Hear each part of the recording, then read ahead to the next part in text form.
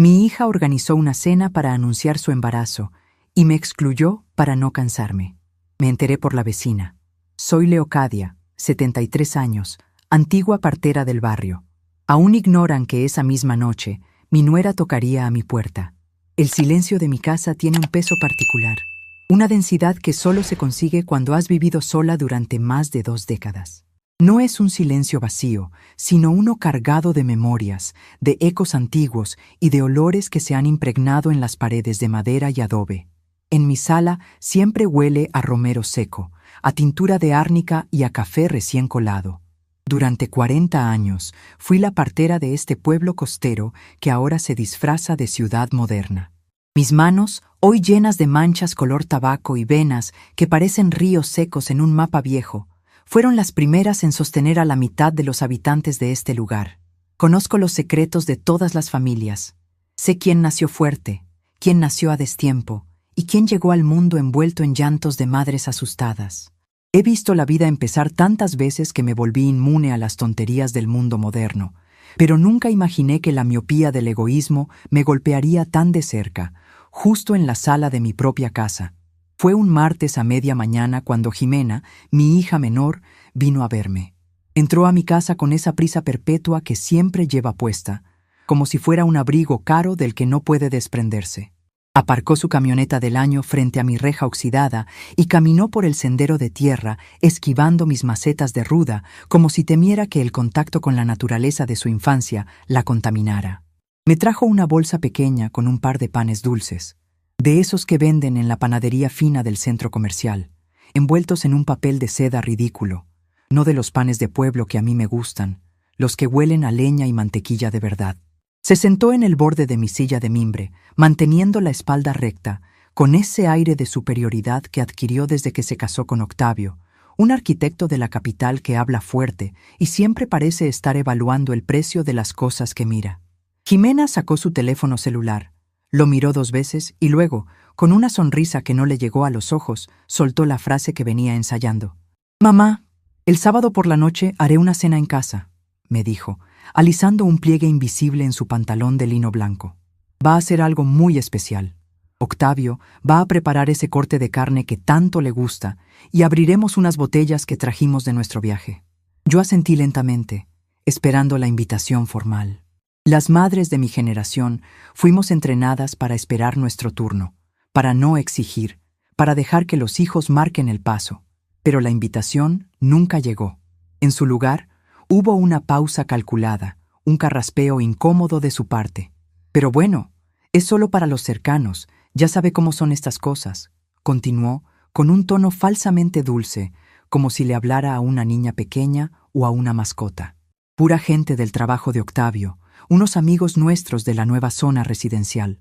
Mucho ruido, mucha plática aburrida de negocios. Usted se cansa mucho con esas cosas, mamá. La música alta le da dolor de cabeza y además la humedad de la noche le afecta las rodillas. Mejor se queda aquí, tranquila, descansando en su espacio. Le prometo que el domingo le mando un plato con lo que sobre». No moví un solo músculo de mi rostro. Los años de ser la confidente de tantas mujeres en sus momentos de mayor dolor me enseñaron a tener una cara de piedra cuando era necesario. No le di el gusto de ver la punzada fría que me atravesó el pecho. «Como tú digas, Jimena», le respondí, con la voz tan plana y serena como el agua de un charco. «Tienes razón, el ruido de tanta gente me fastidia. Que les vaya bien en su cena». Ella respiró aliviada, como si acabara de esquivar un obstáculo molesto en medio de su camino pavimentado. Se levantó rápido, me dio un beso fugaz en la mejilla que apenas me rozó la piel y se marchó, dejándome sola con sus panes de seda y el eco de su excusa barata. «Solo para los cercanos». Esa frase se quedó flotando en el aire de mi sala. Yo la parí. Fueron mis propias manos, las mismas que trajeron al mundo a tantos desconocidos, las que la recibieron cuando mi propio cuerpo decidió que era hora. Yo le enseñé a caminar en este mismo piso de madera. Yo le curé las rodillas con mis remedios cuando se caía jugando en el patio. Yo trabajé dobles turnos, yendo de madrugada a casas ajenas con mi maletín de partera bajo la lluvia, para poder pagarle la universidad de paga que tanto capricho le dio por cursar. Y ahora, En su casa de techos altos, pisos brillantes y muebles minimalistas, su propia madre no era una persona cercana. Era un estorbo, una anciana de pueblo que no combinaba con la decoración de su nueva vida, una mujer que se cansaba y a la que era mejor dejar guardada en el armario de la conveniencia. No derramé una sola lágrima. Las mujeres como yo no lloramos por el desprecio de los malagradecidos, ni siquiera cuando llevan nuestra propia sangre. Sentí una indignación profunda, un fuego amargo en la boca del estómago, pero me lo tragué entero. Me levanté, tomé los panes finos que me trajo y se los eché a los pájaros en el patio trasero. El sábado llegó con una brisa pesada y nubes grises que amenazaban con traer lluvia desde el mar. Yo me dediqué a mis rutinas de siempre. Regué mis plantas, barrí el frente de la casa y preparé un caldo de pollo con buenas hierbas. A media tarde, escuché el rechinar de la puerta de alambre del cerco.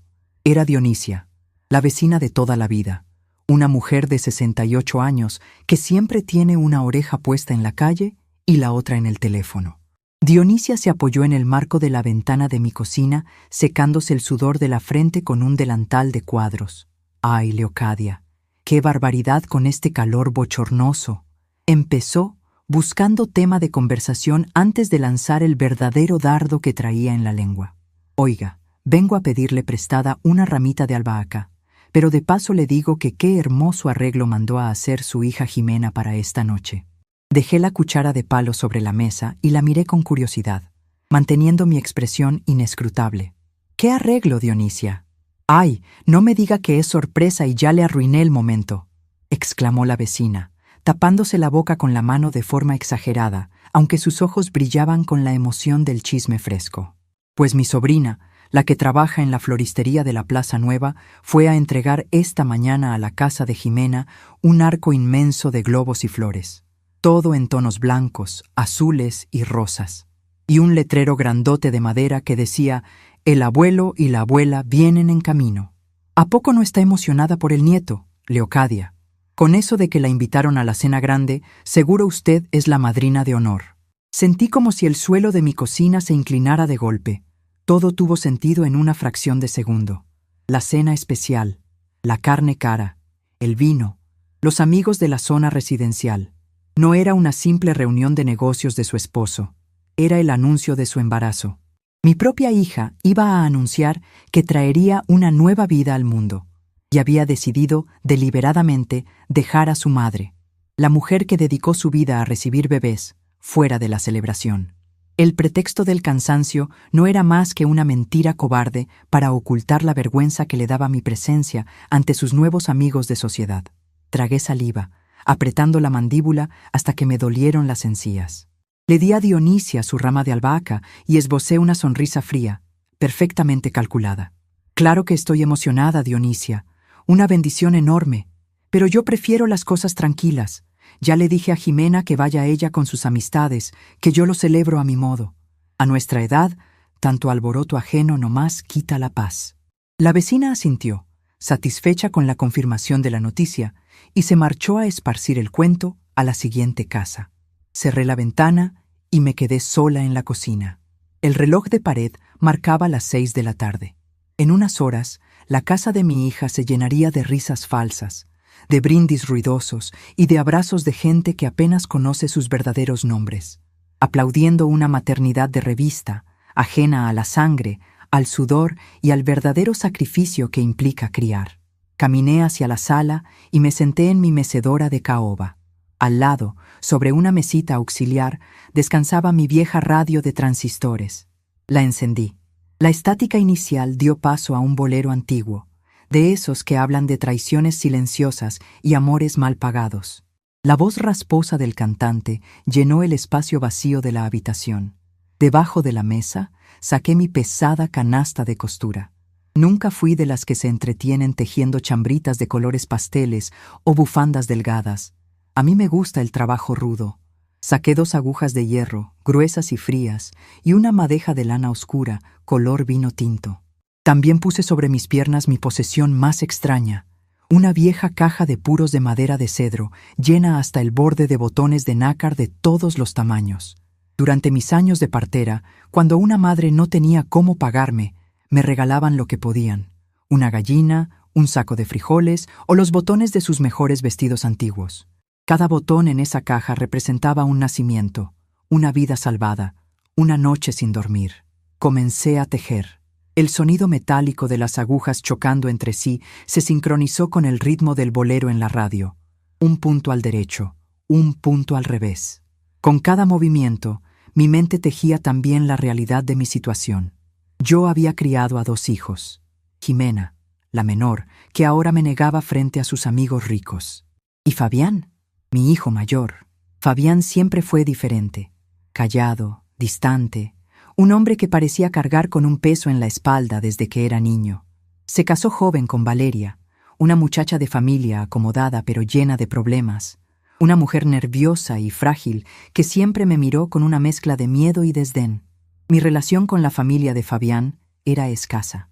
Él casi nunca me visitaba, argumentando exceso de trabajo en la constructora de su suegro, y Valeria jamás se paraba por mi humilde barrio. La noche cayó por completo. Afuera, la llovizna que las nubes grises prometían finalmente comenzó a descender, golpeando las láminas del techo del patio con un sonido constante y arrullador. Yo seguí tejiendo en la penumbra de mi sala, iluminada apenas por la luz amarillenta de una lámpara de pie. Imaginé las copas chocando en la casa de Jimena. Imaginé a Octavio haciendo un discurso arrogante. Imaginé a los invitados riendo, felicitando a la futura madre que se avergonzaba de la suya.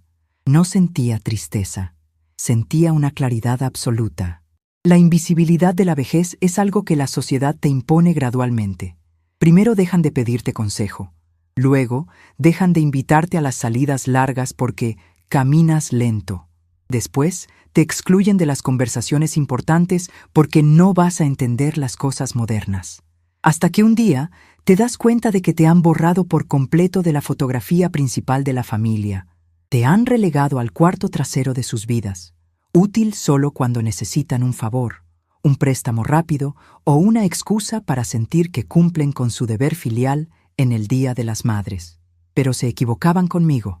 Yo, Leocadia, no nací para ser un mueble viejo empolvándose en un rincón. Yo fui la mujer que cortó los cordones umbilicales de este pueblo con tijeras hervidas en agua y fuego. Yo conocía la fuerza de la sangre mejor que cualquiera de ellos. El reloj dio las 11 de la noche. La radio seguía murmurando una canción de guitarra solitaria. Yo acababa de rematar una fila completa en mi tejido oscuro, lista para apagar la lámpara e irme a dormir con la dignidad intacta, cuando el sonido rompió la calma. No fue un llamado suave ni educado. Fueron 3 golpes secos, rápidos y desesperados contra la madera de mi puerta principal. Fruncí el ceño. A esa hora, en mi calle, nadie llama a menos que haya una verdadera emergencia médica. Pero hace años que todos saben que yo ya no atiendo partos. Los golpes se repitieron, más fuertes esta vez, acompañados por el sonido inconfundible de un llanto ahogado. Dejé las agujas de hierro sobre la mesa, junto a la caja de puros. Me levanté lentamente, sintiendo el crujido familiar en mi rodilla izquierda, y caminé hacia el recibidor. Al descorrer el pasador de hierro y abrir la puerta, la ráfaga de viento frío y húmedo me golpeó el rostro. Allí estaba ella, Valeria, la esposa de mi hijo Fabián, mi nuera. No llevaba su habitual ropa de marca impecable ni su peinado de salón. Estaba empapada por la lluvia, con el cabello pegado al rostro y el maquillaje escurrido por las mejillas manchadas de lágrimas. Temblaba incontrolablemente, abrazándose a sí misma con desesperación bajo el marco de mi entrada. Sus ojos, normalmente altivos y esquivos, me miraron con un terror primario, el mismo terror que yo veía en los ojos de las mujeres a punto de dar a luz cuando las complicaciones aparecían en plena madrugada. Me miró fijamente y con la voz quebrada por el pánico me suplicó refugio y la ayuda para esconder algo que llevaba apretado contra su pecho antes de que su propio esposo, mi hijo, lograra alcanzarla en medio de la noche. La jalé hacia adentro de un solo tirón. No hubo tiempo para delicadezas ni para preguntas inútiles bajo el aguacero. Con un movimiento rápido y firme de mi mano derecha, cerré la gruesa puerta de madera y pasé el pasador de hierro forjado. El sonido metálico resonó en el recibidor como el cerrojo de una bóveda. aislando el rugido de la tormenta y dejando solo el eco de la respiración agitada de mi nuera. Valeria se quedó de pie en el centro del pasillo, goteando agua de lluvia sobre mi piso de duela. Parecía un pájaro herido que acababa de chocar contra una ventana. Tenía el labio inferior partido, hinchado y manchado con un hilo de sangre seca que contrastaba con la palidez fantasmal de su rostro. Sus manos, temblorosas y con los nudillos blancos por la fuerza que ejercía, seguían aferradas a un portafolios de cuero negro, grueso y pesado, que apretaba contra su pecho como si fuera un escudo. La observé en silencio durante unos segundos. Mis ojos, entrenados durante 40 años para evaluar el peligro en la penumbra de las madrugadas, escanearon su cuerpo buscando otras lesiones. No había huesos rotos a simple vista, pero el daño real estaba en su mirada. Era la mirada de una mujer que acababa de ver derrumbarse el mundo que creía conocer. «Camina hacia la cocina, Valeria», le ordené, con esa voz baja y carente de inflexiones que usaba cuando un parto se complicaba y necesitaba que la madre dejara de gritar y empezara a pujar. «Vas a dejar un charco en mi sala y la madera se pudre». Ella parpadeó, confundida por mi falta de histeria. Seguramente esperaba que yo empezara a hacer preguntas desesperadas, que llorara al verla lastimada o que llamara a mi hijo de inmediato. Pero yo soy Leocadia. Las tragedias no me quitan el aliento, me lo afilan. Caminó arrastrando los pies hasta la cocina. Le señalé una silla de madera junto a la estufa y se dejó caer en ella como si le hubieran cortado los hilos que la sostenían. Tomé una toalla limpia del cajón y se la arrojé sobre los hombros. Luego, encendí la hornilla y puse a hervir agua en mi cacerola de peltre. El ritual de preparar un té de árnica y ruda me dio el espacio necesario para que el silencio hiciera su trabajo. A veces, la mejor forma de hacer que alguien hable es no preguntarle nada. Valeria se aferró a la toalla, pero no soltó el portafolios de cuero. Fabián me golpeó. Doña Leocadia, susurró por fin, con la voz rasposa, como si tragar le doliera. Es la primera vez. Nunca me había puesto una mano encima. Los hombres que levantan la mano una vez, ya la tenían levantada en su cabeza desde hace años.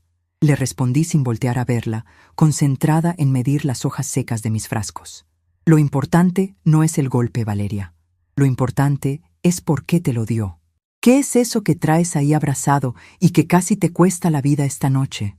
Valeria miró el portafolios de cuero. Sus dedos temblaron al soltar los broches de metal. Lo abrió sobre la mesa de la cocina, apartando las tazas y el azucarero. De su interior sacó un fajo de documentos encuadernados, carpetas con logotipos de notarías y hojas sueltas llenas de firmas y sellos oficiales. Fabián y Octavio están en la ruina, comenzó a explicar, y con cada palabra su voz iba ganando una firmeza nacida de la desesperación. La constructora del papá de Octavio los demandó por desvío de fondos. El gran proyecto residencial del que tanto presumen es un fraude. Deben millones. Serví el té humeante en una taza de barro y la puse frente a ella. Me senté al otro lado de la mesa, cruzando las manos sobre el mantel de hule. ¿Y qué tengo que ver yo con los negocios sucios de mi yerno y mi hijo? Pregunté, aunque en el fondo de mi estómago, esa intuición antigua y certera ya me estaba dando la respuesta. Valeria empujó hacia mí una de las carpetas. Tenía una etiqueta adhesiva con mi nombre completo: Leocadia Villalobos, VDA, de Montes. «Usted es su única salida», dijo ella, clavando sus ojos asustados en los míos. «Esta casa, doña Leocadia, este terreno». Octavio averiguó que su propiedad abarca casi media hectárea en el corazón de lo que ahora es la zona comercial más cara del municipio. Vale una fortuna, pero como sabían que usted jamás vendería, armaron un plan. Abrí la carpeta. Mis ojos recorrieron las líneas de texto denso, plagado de términos legales y médicos. Había un dictamen psiquiátrico firmado por un médico privado de la capital. El documento aseguraba que yo padecía de demencia senil avanzada, que sufría de episodios de agresividad y que era incapaz de valerme por mí misma. Al final de la página, había una solicitud formal ante un juez para declararme en estado de interdicción y nombrar a Fabián y a Jimena como mis tutores legales, dándoles poder absoluto sobre mis bienes. «La cena de esta noche», continuó Valeria, limpiándose una lágrima traicionera que se escapó por su mejilla, La cena no era solo para anunciar el embarazo de Jimena. Eso fue la excusa para reunir a los inversionistas que los están presionando. Octavio les presentó estos papeles como garantía. Les prometió que la próxima semana usted sería ingresada en una clínica de reposo a las afueras de la ciudad y que ellos tendrían las escrituras listas para demoler esta casa y construir una plaza comercial. La imagen de Jimena en mi sala, trayéndome sus panes de seda, pidiéndome que no fuera a la cena porque yo me cansaba, cobró una dimensión monstruosa. No me estaba protegiendo del ruido. Estaba construyendo la narrativa. Estaba preparando el terreno para decirle a sus amigos y conocidos que su pobre madre ya no salía, que estaba perdiendo la cabeza, que la humedad y la noche me confundían. Me estaban enterrando viva con palabras dulces y excusas baratas. Descubrí los papeles en la oficina de Fabián esta tarde, explicó Valeria, interrumpiendo mis pensamientos. Le reclamé. Le dije que era una atrocidad encerrarla a usted en un asilo estando perfectamente sana. Le dije que iba a venir a advertirle. Fue entonces cuando se volvió loco. Me arrinconó contra el escritorio, me golpeó en la boca y me encerró en la recámara. Logré salir por la ventana del baño de visitas, tomé los documentos y corrí bajo la lluvia hasta aquí. Él no debe tardar en darse cuenta de que me fugué. Cerré la carpeta lentamente. El sonido del cartón chocando contra la mesa pareció amplificarse en el silencio de la cocina. No sentí miedo, no sentí ganas de llorar.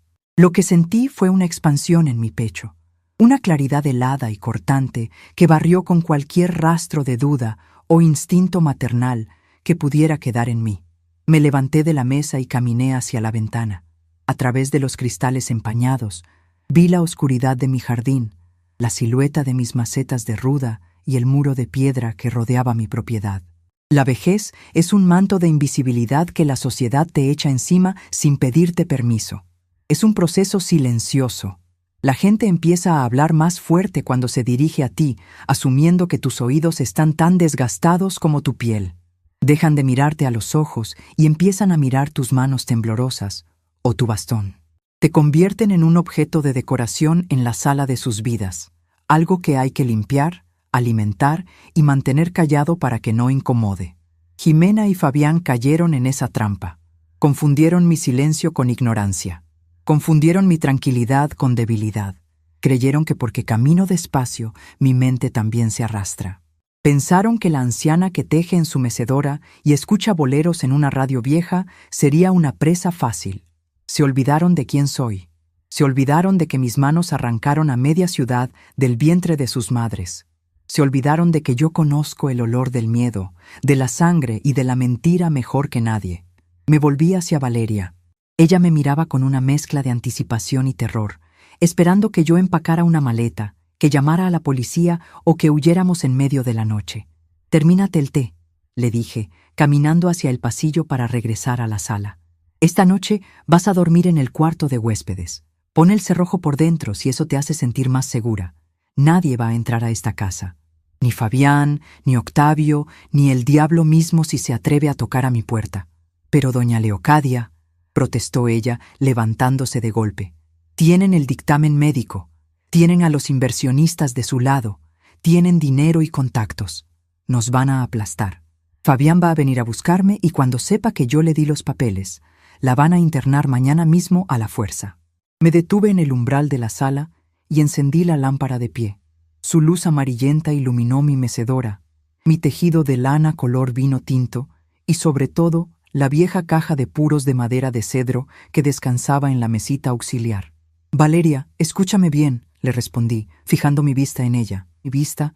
El dinero y los contactos en la capital no sirven de nada en un pueblo que todavía respira por las heridas que yo le curé.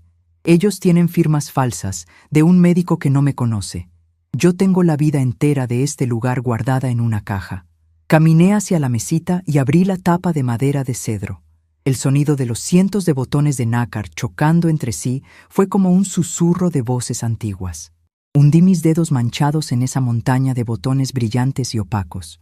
Saqué un botón grande, de nácar oscuro y bordes irregulares. «Este botón», dije, mostrándoselo a Valeria, Me lo dio la esposa del juez de distrito hace 32 años, cuando le salvé la vida a su hijo que venía de nalgas y asfixiándose.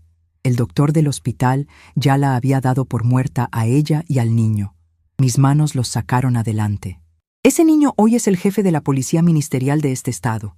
Dejé caer el botón oscuro y saqué uno pequeño, brillante y perfectamente redondo. Y este otro me lo entregó la madre del notario público número 3, el licenciado Elías, el mismo hombre cuya firma necesitan tus brillantes esposos para legalizar la venta de mi casa. A Elías le corté el cordón umbilical en el piso de tierra de una vecindad, iluminada con velas de sebo porque no había luz eléctrica. Valeria se acercó, mirando la caja de puros como si de repente entendiera que no estaba viendo un costurero viejo, sino un arsenal de deudas de sangre. El error de mis hijos fue pensar que mi poder se acabó cuando dejé de recibir niños. Continué, sintiendo cómo una energía antigua, feroz y calculadora me enderezaba la espalda y me quitaba el dolor de las rodillas. El poder no se pierde con las arrugas, Valeria.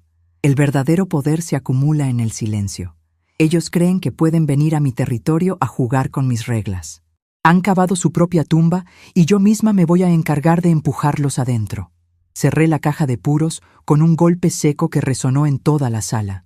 ¿Qué vamos a hacer?, preguntó Valeria. Su voz ya no temblaba.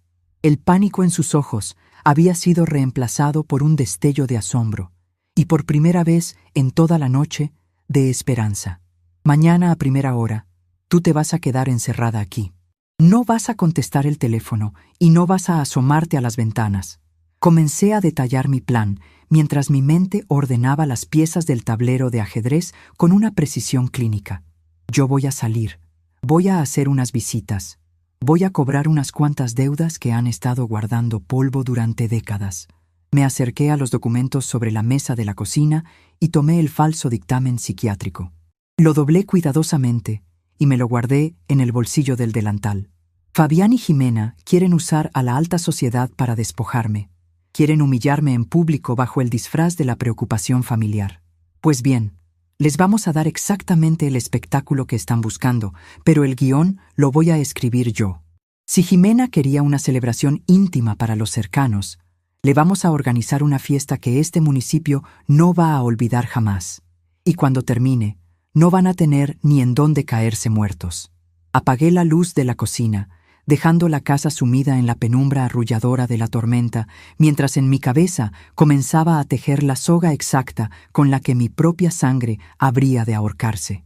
El amanecer despuntó con un cielo lavado por la tormenta y un olor penetrante a tierra mojada, salitre y romero.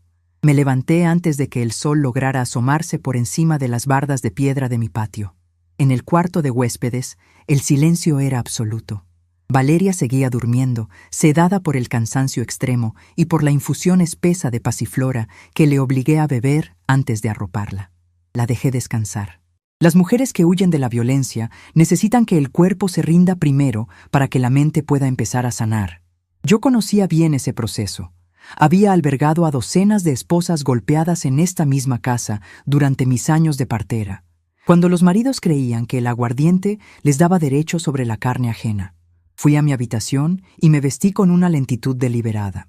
No me puse la ropa de casa que mis hijos estaban acostumbrados a verme usar. Abrí el fondo de mi armario y saqué un traje sastre de lana color carbón que mandé a hacer hace 20 años y que todavía me ajustaba a la perfección. Me recogí el cabello blanco en un moño tirante, asegurándolo con horquillas de metal, y me prendí al lado izquierdo del pecho un pesado broche de plata en forma de ancla, el único recuerdo de valor que me dejó mi difunto marido. No me veía como la anciana frágil que Jimena describía a sus amigas. Me veía como lo que era, una autoridad en este pedazo de tierra. Abrí la caja de puros de madera de cedro. Tomé el botón pequeño y perfectamente redondo y el botón oscuro de bordes irregulares. Los guardé en el monedero de cuero que llevaba en el bolsillo de mi saco, junto con el falso dictamen psiquiátrico que Valeria me entregó la noche anterior. Salí a la calle cuando el reloj de la iglesia daba las 8 de la mañana. El pueblo que yo conocí ahora intentaba ser una ciudad moderna, con avenidas pavimentadas y edificios de cristal que reflejaban un progreso de mentiras. Caminé 14 cuadras con la espalda recta, ignorando el dolor punzante en mi rodilla izquierda. El dolor es solo información, y yo había decidido apagar ese canal por el resto del día. Mi primera parada fue un edificio de 3 pisos frente a la plaza principal, adornado con una placa de bronce pulido que rezaba Notaría Pública número 3, licenciado Elías Montenegro. Entré al recibidor climatizado, donde una secretaria joven, con uñas postizas excesivamente largas y un auricular inalámbrico en la oreja, me miró de arriba abajo con esa displicencia reservada para los viejos que entran a lugares caros.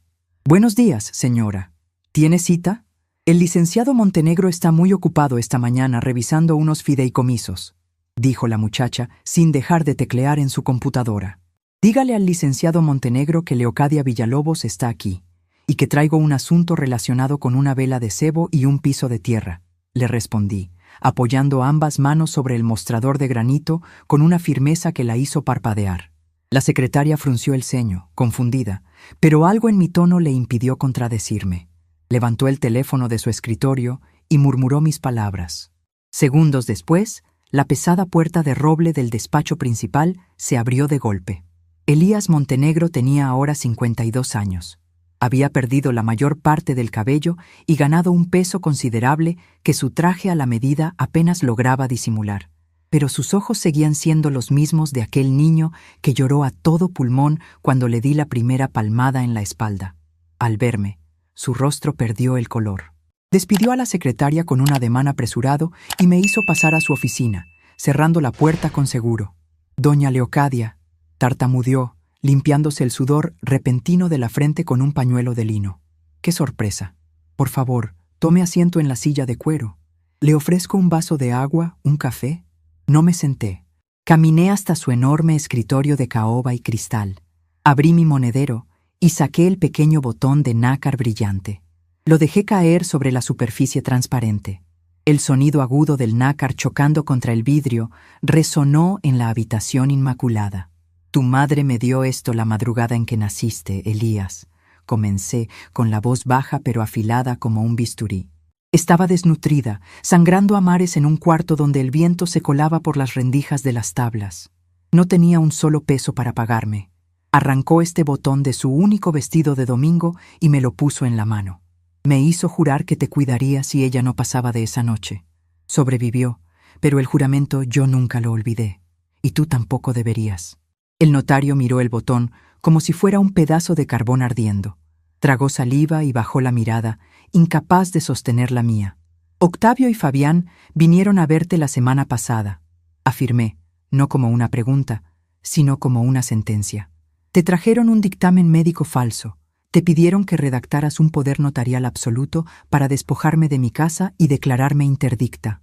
Elías se dejó caer en su silla ejecutiva, pasando las manos por su rostro sudoroso. «Doña Leocadia, yo intenté darles largas. Les dije que el trámite era complejo, que necesitaba firmas de un juez familiar. Pero Octavio trajo a unos inversionistas de la capital, gente pesada, con conexiones en el gobierno del estado. Me amenazaron con iniciarme una auditoría si no agilizaba el papeleo. Yo no quería hacerlo, se lo juro por la memoria de mi madre. Pero me acorralaron. La cobardía siempre encuentra excusas elegantes en las oficinas con aire acondicionado», le reproché, acercándome un paso más a su escritorio. «Pero hoy no vine a pedirte explicaciones, Elías. Vine a darte instrucciones. Vas a recibir a mi yerno y a mi hijo. Vas a tomar sus papeles falsos y vas a redactar exactamente lo que te piden. Vas a estampar tu firma y tu sello dorado y les vas a hacer creer que ya ganaron». Elías levantó la cabeza, mirándome con una mezcla de horror y absoluta incomprensión. «¿Qué dice? Si yo firmo eso, la van a sacar de su casa con la fuerza pública. Perderá todo». «Esa es la carnada, muchacho». Sonreí levemente, una sonrisa que no tenía nada de maternal. «Una vez que ellos tengan esos documentos firmados, cometerán el delito federal de fraude en grado de ejecución. Y justo antes de que lo hagan, tú vas a emitir una alerta confidencial al Registro Público de la Propiedad y a la Fiscalía de Delitos Patrimoniales, denunciando la coacción y presentando las copias de los dictámenes médicos apócrifos. Vas a ser el testigo de cargo. O haces eso, o salgo de aquí y me voy a los periódicos locales a contar cómo el ilustre notario número 3 se presta para robarle la casa a las viudas del pueblo. Tú eliges a quién le tienes más miedo, Elías, a los inversionistas de Octavio o a mí. El hombre miró el pequeño botón de nácar sobre su escritorio, luego me miró a mí y asintió lentamente, reconociendo la autoridad implacable de la mujer que le dio el primer aliento de vida. Guardé el botón en mi monedero y salí de la notaría sin despedirme. La primera trampa estaba puesta. Regresé a mi casa poco antes del mediodía. Al doblar la esquina de mi calle, vi lo que esperaba. La camioneta negra de lujo de mi hijo Fabián estaba estacionada frente a mi reja oxidada. Él caminaba de un lado a otro por la acera de tierra, fumando un cigarrillo con movimientos espasmódicos, pateando las piedras sueltas. Me detuve a media cuadra y respiré profundo.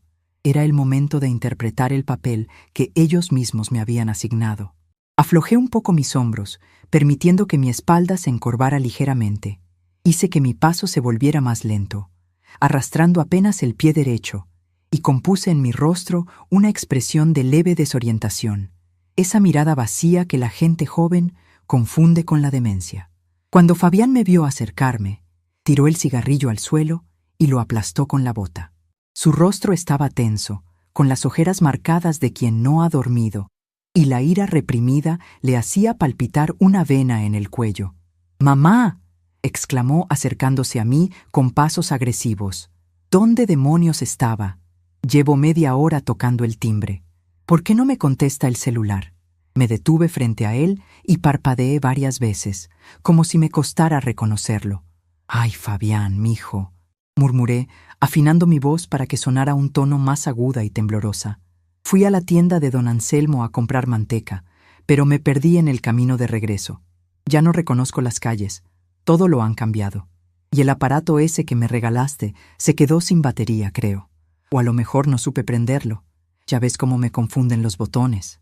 Fabián me escrutó con la mirada, buscando alguna señal de mentira, pero yo había engañado a la muerte en docenas de partos complicados.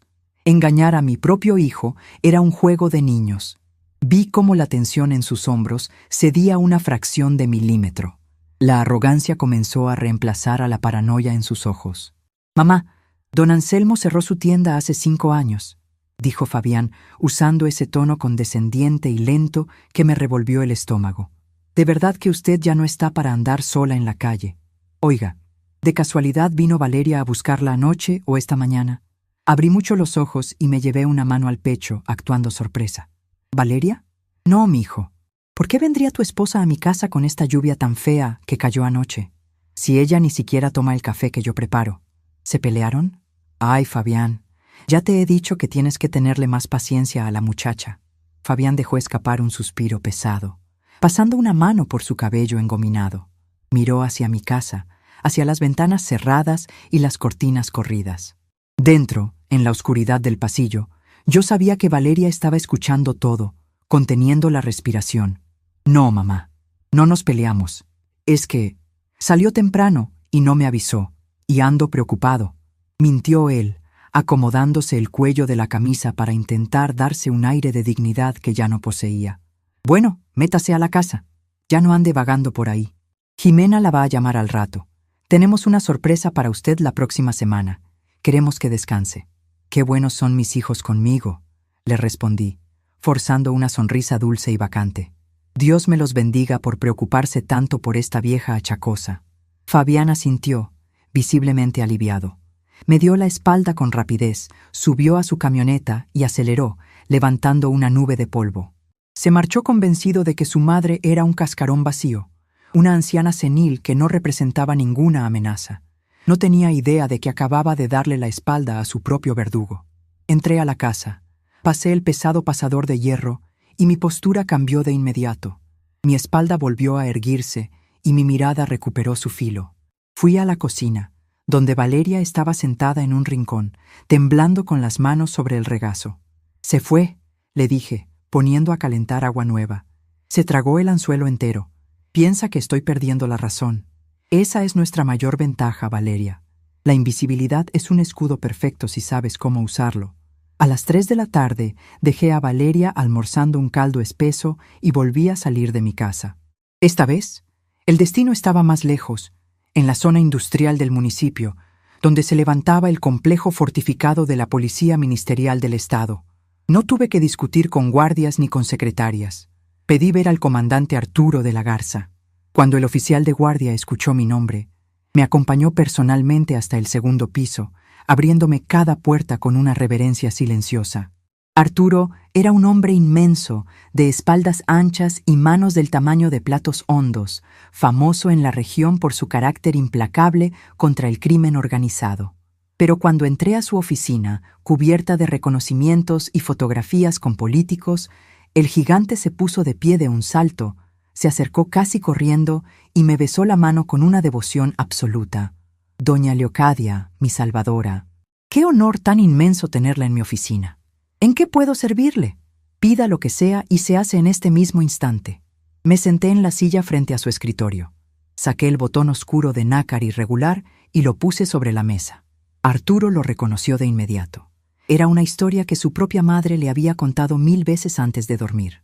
El bebé que venía asfixiándose, la partera que metió las manos casi hasta el codo para girarlo, la vida que le debía a mi terquedad.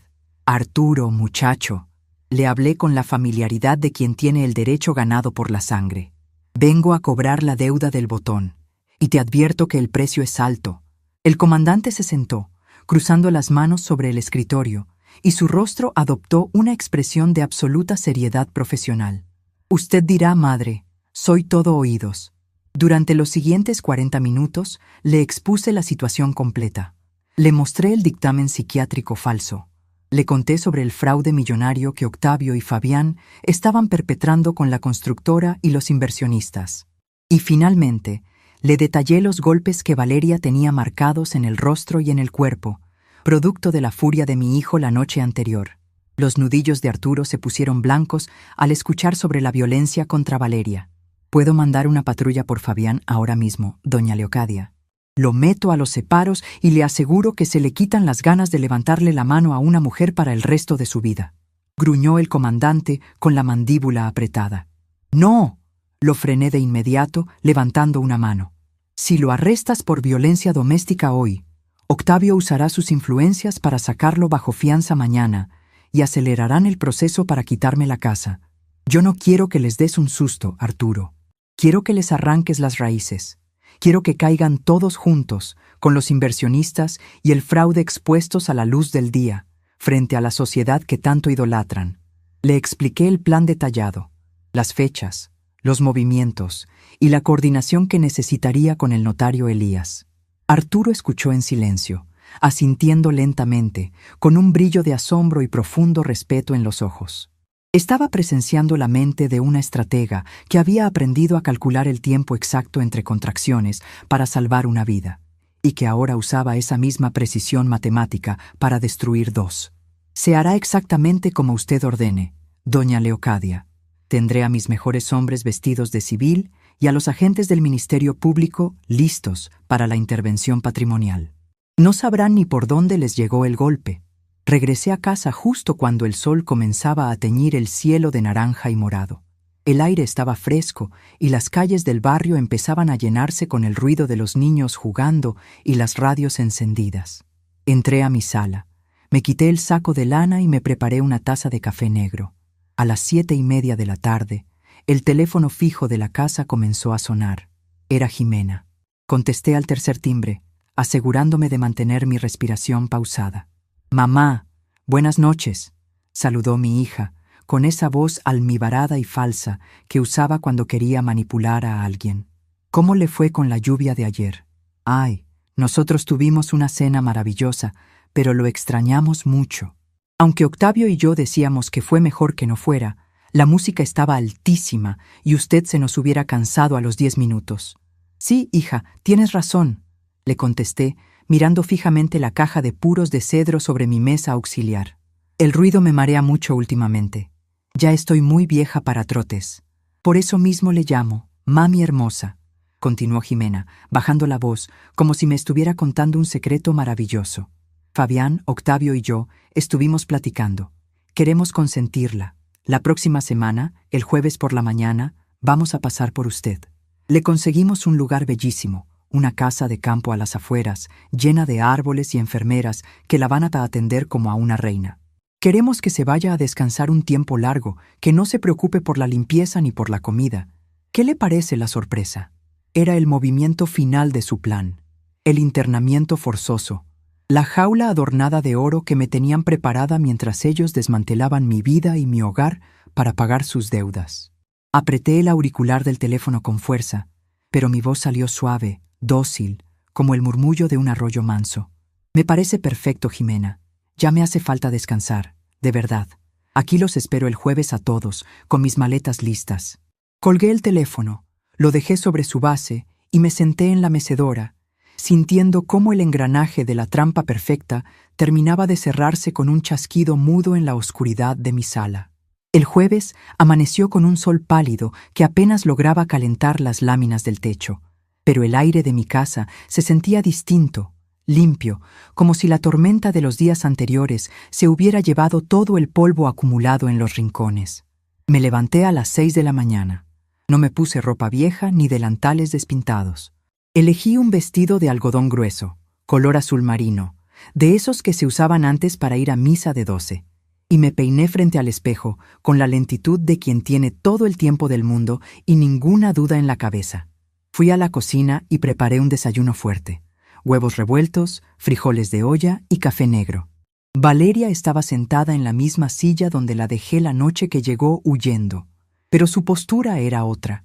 Los moretones en su rostro habían cambiado a un tono amarillento, y aunque sus manos todavía temblaban un poco al sostener la taza, había en sus ojos un brillo de fiera acorralada que por fin está lista para morder.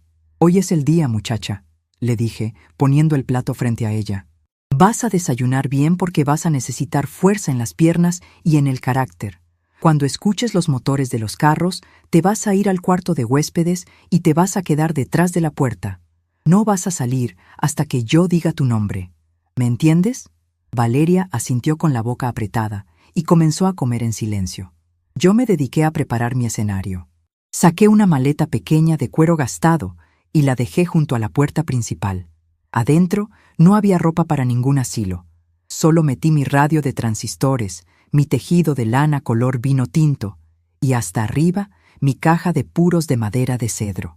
Esa maleta era el cebo, la ilusión óptica que mis hijos necesitaban ver para creer que su plan estaba funcionando a la perfección.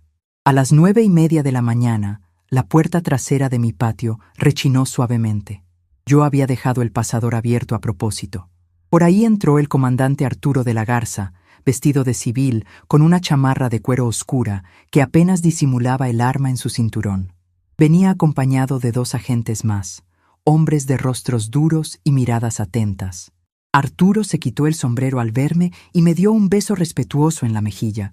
Lo hice pasar a la cocina, donde Valeria lo miró con sorpresa. Le expliqué a mi nuera que esos hombres eran la pared contra la que su esposo iba a estrellarse. Arturo le aseguró a Valeria que nadie la tocaría de nuevo. Luego, él y sus agentes se escondieron en el pasillo oscuro que conectaba la cocina con las habitaciones traseras. Mi casa se había convertido en una trampa de acero y los ratones estaban a punto de marchar directo hacia el queso. Dieron las 10 en punto cuando escuché el crujir de las llantas sobre la tierra de mi calle. No llegó un solo vehículo. Fueron 3.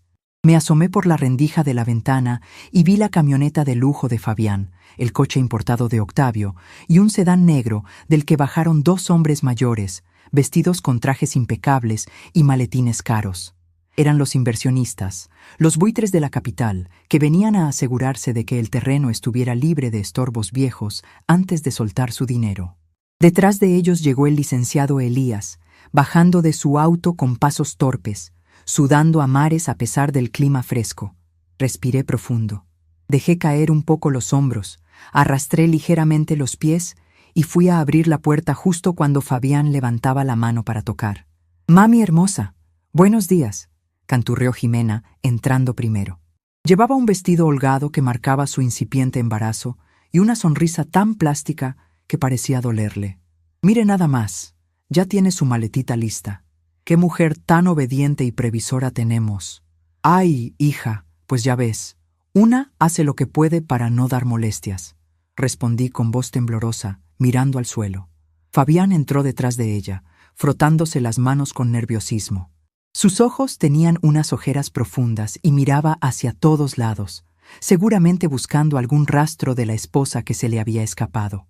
Luego entró Octavio, inflando el pecho con arrogancia, guiando a los dos inversionistas y al notario hacia mi sala. Adelante, señores. Pasen, por favor. No hagan caso del olor a hierbas viejas. Esta casa se va a demoler en 2 semanas, dijo Octavio, riéndose de su propio chiste. Como ven, mi suegra ya está lista para su traslado. Leocadia, te presento al señor Mendoza y al señor Villalpando. Son socios míos. Vinieron a despedirse.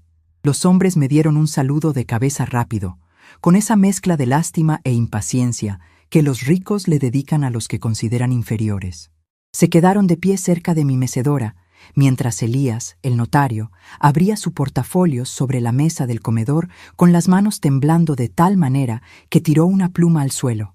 Bueno, no perdamos el tiempo que el tráfico de regreso a la ciudad se pone pesado, apresuró Octavio, tronando los dedos. Licenciado Elías, saque los documentos. Vamos a firmar de una vez la cesión de derechos por interdicción para que los señores inversionistas vean que aquí todo se hace por la derecha y el terreno ya es legalmente nuestro. Elías me miró de reojo.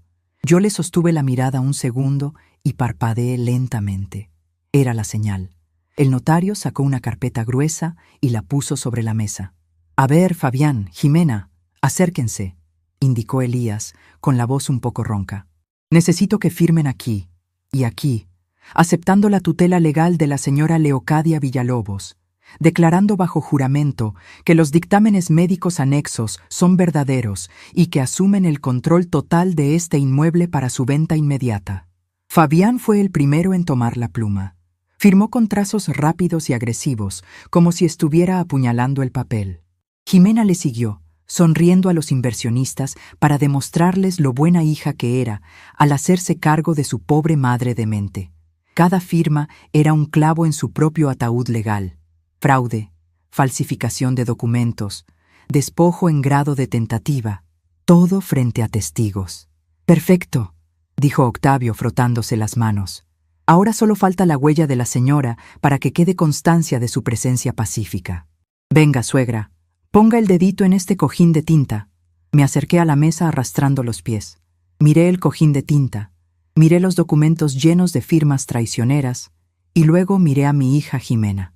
¿Segura que quieres que haga esto, hija?, le pregunté, dándole una última oportunidad a su humanidad. Es la casa donde naciste. ¡Ay, mamá!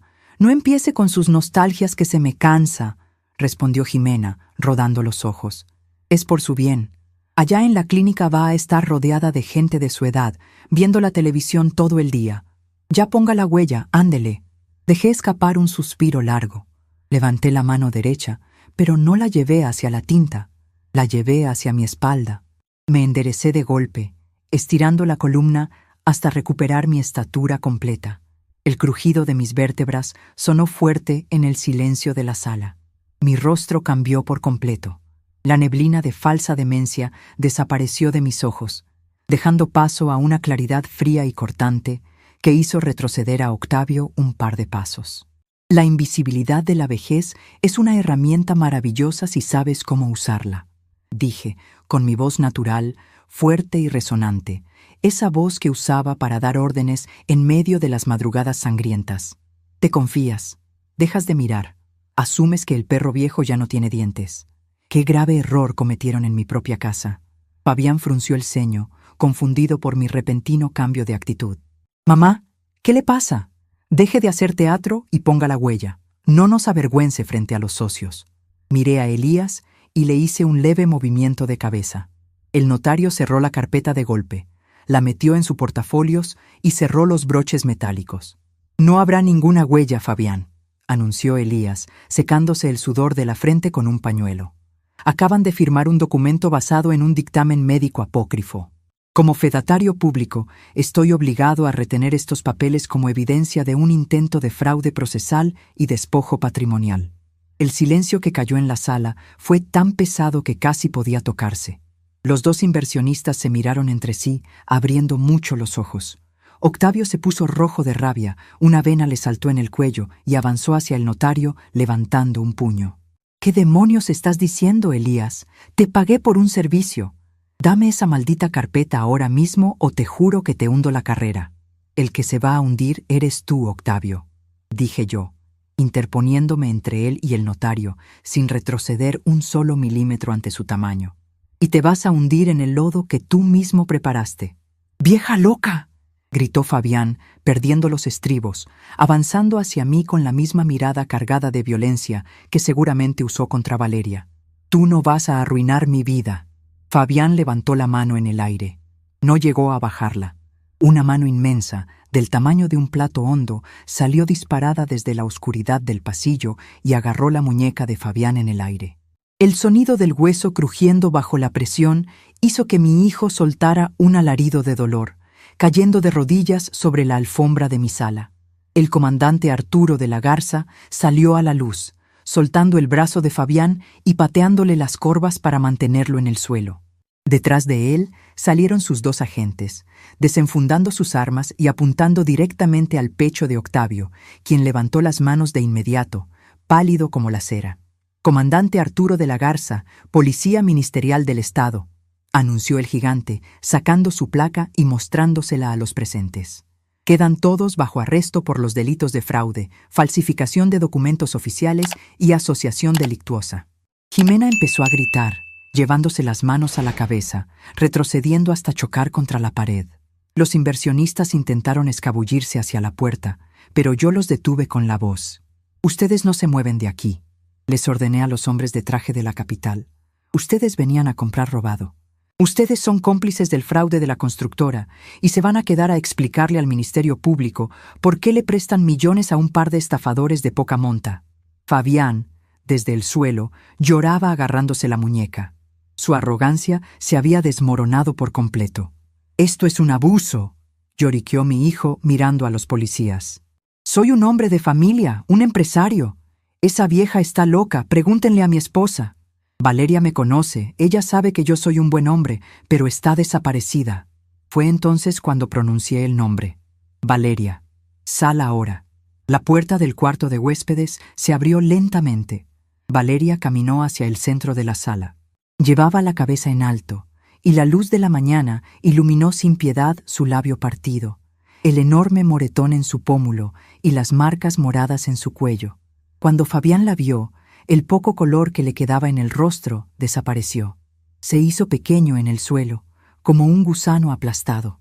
«Aquí está su esposa desaparecida», dije mirando a Fabián con un asco tan profundo que me revolvió las entrañas. «La misma que golpeaste como un cobarde para esconder tus miserias. Se acabó tu tiempo de esconderte detrás de los faldones del dinero de los demás». Arturo sacó unas esposas de metal y se las colocó a Fabián, apretando el acero sin ninguna consideración. Uno de los agentes hizo lo mismo con Octavio, empujándolo contra la pared para registrarlo. Jimena, al ver a su marido esposado y su vida de lujos desvaneciéndose en el aire, se tiró a mis pies. Me agarró de la falda de mi vestido azul, llorando con lágrimas reales, desesperadas, arruinando su maquillaje perfecto.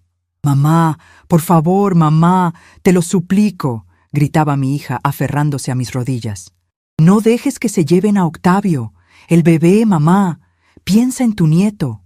¿Qué va a hacer de nosotros? Yo no sabía nada de los golpes, te lo juro.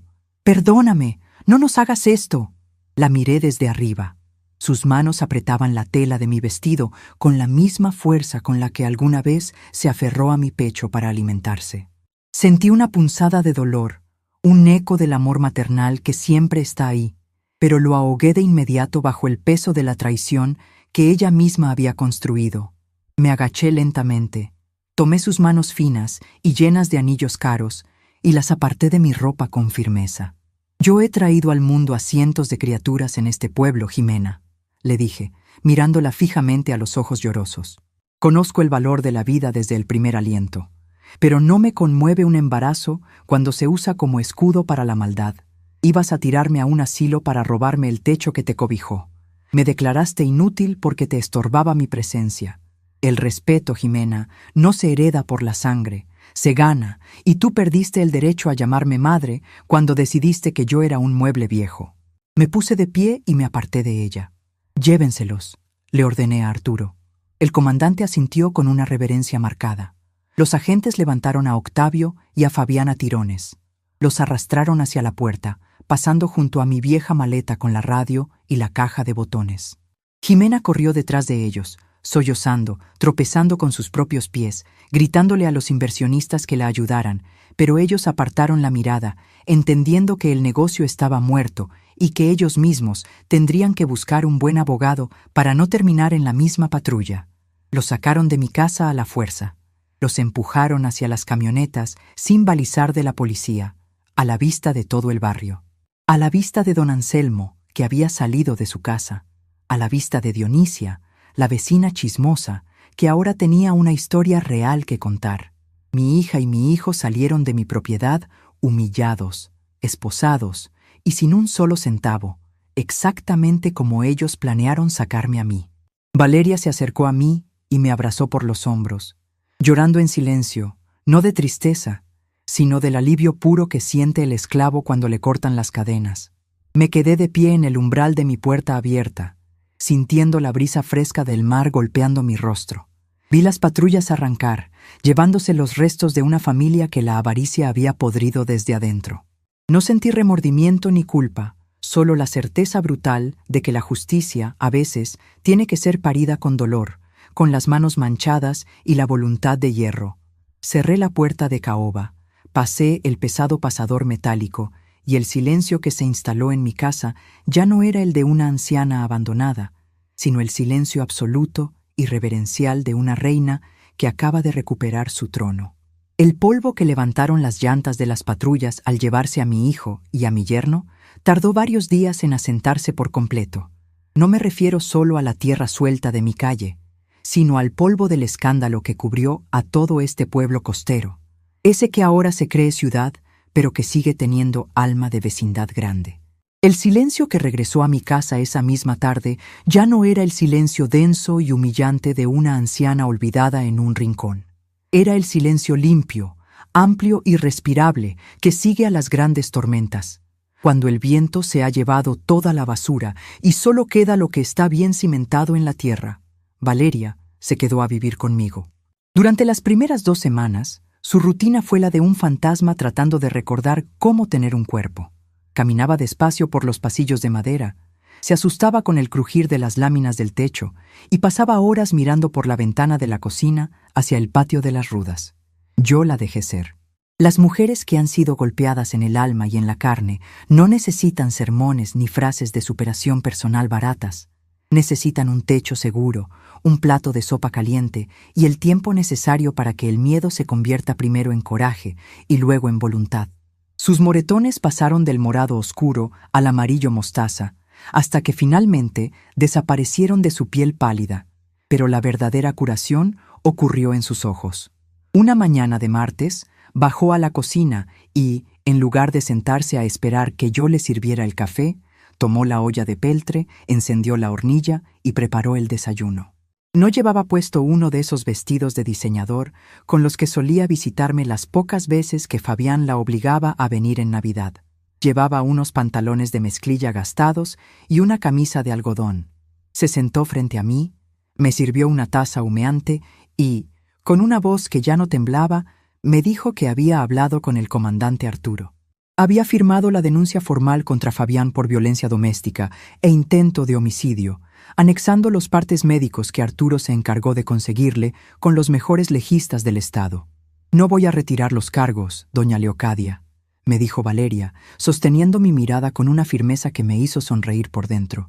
«Y tampoco le voy a pedir ni un solo centavo en el divorcio. No quiero nada que venga de esa familia, excepto mi libertad».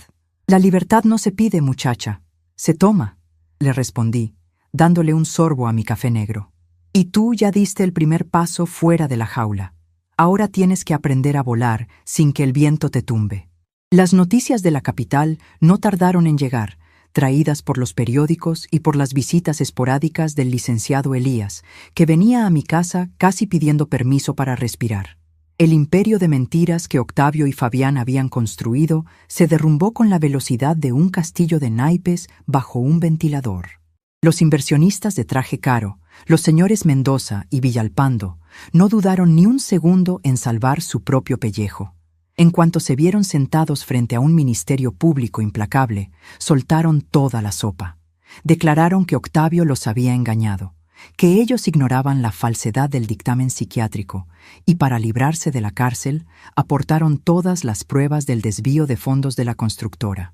Octavio y Fabián no tuvieron derecho a fianza. El delito de fraude procesal, sumado a la falsificación de documentos oficiales para intentar declarar interdicta a una persona mayor, resultó ser un bocado demasiado grande para que sus abogados de paga pudieran tragarlo. El juez, un hombre que curiosamente también era hijo de una de las mujeres a las que yo había asistido en un parto difícil hace 40 años, les dictó prisión preventiva justificada. Les confiscaron las cuentas bancarias, los autos de lujo y hasta las esperanzas. El dinero y los contactos en la alta sociedad desaparecen como el agua en el desierto cuando la desgracia tiene olor a cárcel. Y luego estaba Jimena, mi propia sangre, la hija que organizó una cena de lujo para anunciar su embarazo y que decidió excluirme porque yo me cansaba y desentonaba con sus amistades. A ella le quitaron la casa de techos altos y pisos brillantes a la semana siguiente. El banco ejecutó los embargos por las deudas de Octavio, dejándola literalmente en la calle. Jimena me llamó 3 veces por teléfono. Dejé que el aparato sonara hasta que la máquina contestadora grabó sus sollozos. Lloraba pidiéndome asilo, rogándome que la dejara volver a su antigua habitación, prometiendo que ahora sí me cuidaría, que me necesitaba para el embarazo. Escuché sus mensajes sentada en mi mecedora, tejiendo con mis agujas de hierro. No sentí el impulso de levantar la bocina. Las madres de mi generación fuimos educadas con la mentira de que el amor maternal significa ser un tapete infinito donde los hijos pueden limpiarse los pies llenos de lodo cada vez que se equivocan. Nos enseñaron a perdonar la humillación, el desprecio y el abuso con tal de mantener la ilusión de la familia unida. Pero yo he visto parir a cientos de mujeres. He visto el dolor crudo de dar vida. Y sé que la vida no se sostiene con debilidad. Jimena no me buscaba por amor ni por arrepentimiento genuino. Me buscaba porque era su última red de seguridad, el colchón gratis para no rasparse las rodillas contra el asfalto de la realidad. Si yo le abría la puerta, nunca iba a aprender a ser la madre que ese niño que llevaba en el vientre iba a necesitar. Iba a seguir siendo una niña caprichosa jugando a la casita. Así que no le contesté. Supe por boca de terceros que tuvo que irse a rentar un cuarto pequeño en un barrio humilde a las afueras de la ciudad, muy lejos de su zona residencial. Consiguió un trabajo de medio tiempo como recepcionista en una clínica dental. Tuvo que aprender a subirse al transporte público, a contar las monedas para el gasto del mercado y a sentir en carne propia lo que significa ser invisible para la sociedad que antes aplaudía sus frivolidades. A veces, la lección más grande de amor que una madre puede dar es cerrar la puerta y dejar que el hijo aprenda a caminar descalzo sobre las piedras. El vecindario entero sufrió una transformación a mi alrededor. La invisibilidad que la vejez me había impuesto se esfumó como por arte de magia. Dionisia, la vecina chismosa, vino a visitarme un par de días después del arresto. No se asomó por la ventana como solía hacerlo, con esa actitud confianzuda y condescendiente. Tocó el timbre de la reja, esperó a que yo saliera al patio y me ofreció una canasta llena de pan dulce de pueblo, del que huele a leña y a mantequilla real. Me habló de usted, con los ojos bajos y un tono de respeto que rayaba en la veneración. La noticia de que la vieja partera del barrio había doblegado a la policía ministerial, a un notario y a 2 empresarios de la capital sin siquiera levantar la voz, había corrido como pólvora. De la noche a la mañana dejé de ser la pobre viuda que camina lento para convertirme en la autoridad absoluta de la cuadra. Los jóvenes que antes pasaban con sus motocicletas ruidosas frente a mi puerta, ahora apagaban el motor y pasaban empujando sus aparatos para no molestar mi descanso. En el mercado, don Anselmo y los demás locatarios me apartaban la mejor fruta y se negaban a cobrarme, aunque yo siempre les dejaba el dinero exacto sobre el mostrador, porque el respeto no es un pretexto para el abuso. Un domingo por la tarde, cuando el viento del mar soplaba fresco y llenaba mi sala con olor a sal, llamé a Valeria. Le pedí que se sentara frente a mí. Tomé mi caja de puros de madera de cedro, la misma que había usado como mi arsenal silencioso, y la abrí. La montaña de botones de nácar brilló bajo la luz de la lámpara. «Mira bien esta caja, Valeria», le dije, hundiendo mis dedos manchados y llenos de venas resaltadas entre los botones. La gente joven cree que el poder viene en tarjetas de crédito, en títulos universitarios o en camionetas del año.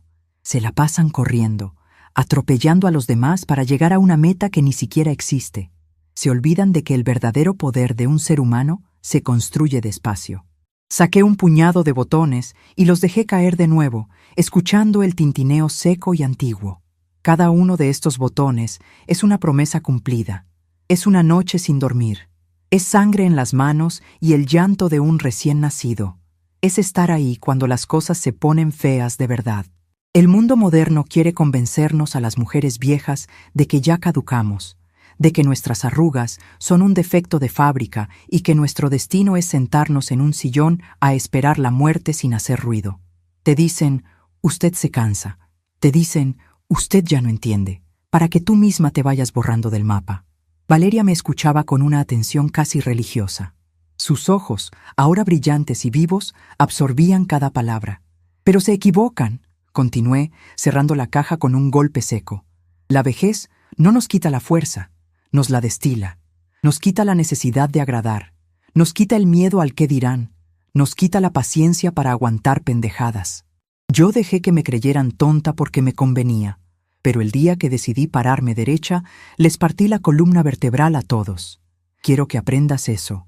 No necesitas llegar a mis 73 años para dejar de ser la víctima de tu propia historia.